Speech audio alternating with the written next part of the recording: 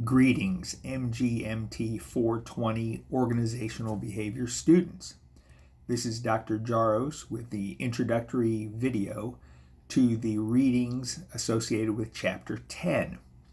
Chapter 10 covers the topic of decision making among managers and organizations.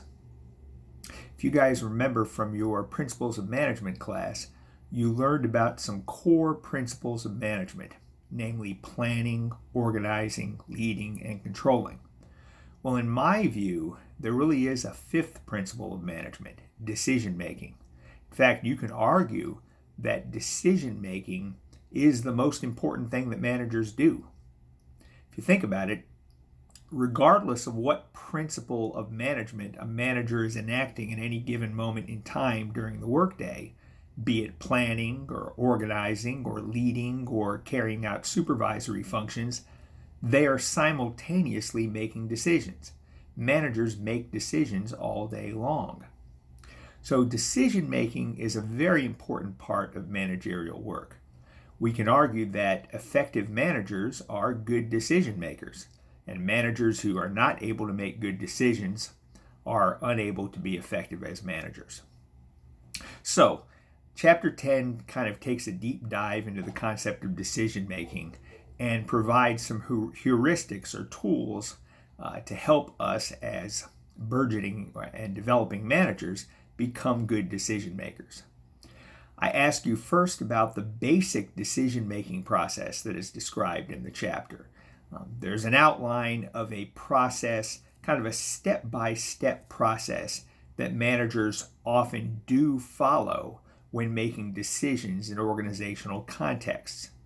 However, sometimes in a fast-changing, dynamic business environment, such as the business environment that we're facing right now with the COVID-19 virus, managers do not have the time or maybe even the resources to go through a step-by-step process.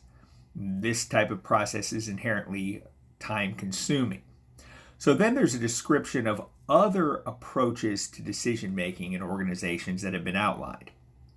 You'll learn about the rational model of decision making, which basically assumes that a manager is a logical thinker and has the resources to think logically and practically about a problem. The bounded rational model, which focuses on the limitations to a manager's rationality that often exist in organizations.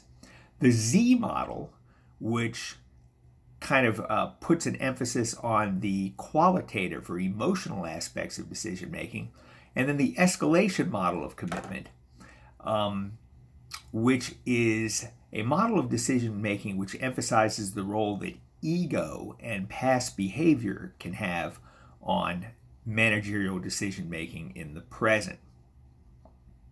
There's also a discussion in the chapter on some of the forces that can influence how a manager makes decisions.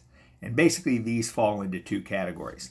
They're what are called individual influences on decision making and organizational influences on decision making.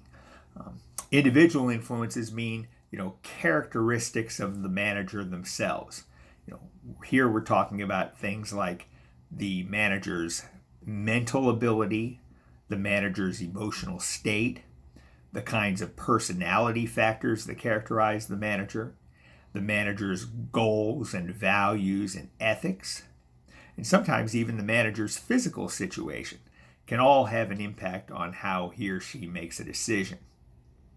Likewise, there are organizational influences on managerial decision making. An organization's ethics or code of conduct can influence a manager's decision making. The kind of organizational culture that an organization has might have an influence on decision making. Also, the panoply of rules and policies and procedures that an organization has, those can all influence managerial decision making as well. Linked to this discussion is the idea of whether decisions in organizations should be made by individual managers at all. Or rather, should decisions be made by groups or teams within organizations?